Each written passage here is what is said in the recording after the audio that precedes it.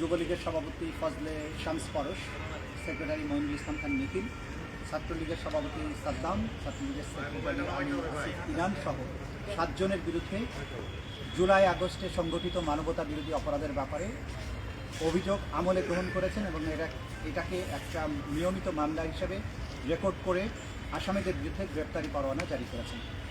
আগামী 29শে ডিসেম্বর এই আসামিদেরকে গ্রেপ্তার করে আদালতে উপস্থিত করার জন্য আইন শৃঙ্খলা রক্ষাকারী বাহিনীকে নির্দেশ দেওয়া হয়েছে। এটা ছিল আজকের মূল প্রসিডিংস।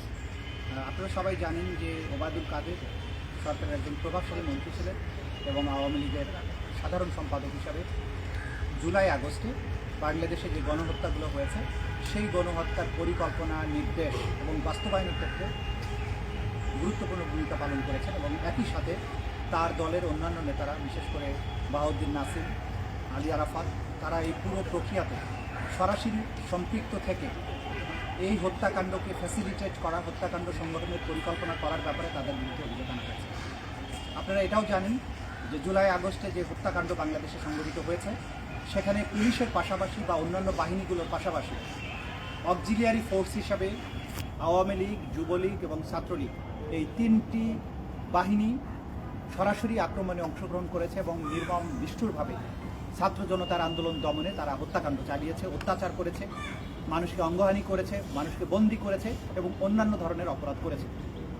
সেই কারণেই ওবায়দুল কাদেরকে এখানে তার কমান্ড রেসপন্সিবিলিটির কারণে এই মামলার আসামিভুক্ত করা হয়েছে এবং অন্যান্য যাদেরকে এখানে আসামি করা হয়েছে তারা প্রত্যেকেই শীর্ষস্থানীয় নেতা, তার নিজ নিজ অর্গানাইজেশনে। সেই কমান্ড রেসপন্সিবিলিটির কারণে তাদেরকে আসামিভুক্ত করা হয়েছে এবং আমরা এই প্রতিশ্রুতি ব্যক্ত করছি জুলাই আগস্টে এই যে জঘন্য মানবতা বিরোধী অপরাধ যেটা বাংলাদেশে সংঘটিত হয়েছে আপামর জনসাধারণের উপরে, তরুণ, যুবা, ছাত্র ছাত্রী এবং শিশু কিশোরদের উপরে এই হত্যাকাণ্ডের বিচার নিশ্চিত করার ব্যাপারে সরকার দৃঢ় প্রতিজ্ঞ।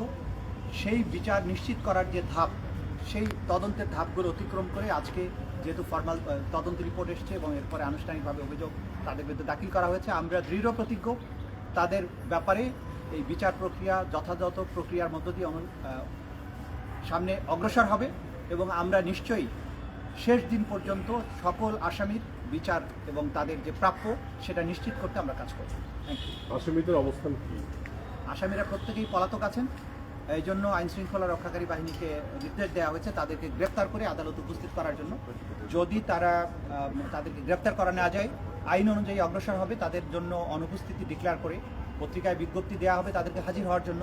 তারা যদি স্বেচ্ছায় হাজির হন তাহলে তাদেরকে ডিফেন্ড করার জন্য সরাসরি নিজেরা আইনজীবী নিয়োগ করে এখানে ডিফেন্ড করতে পারবেন।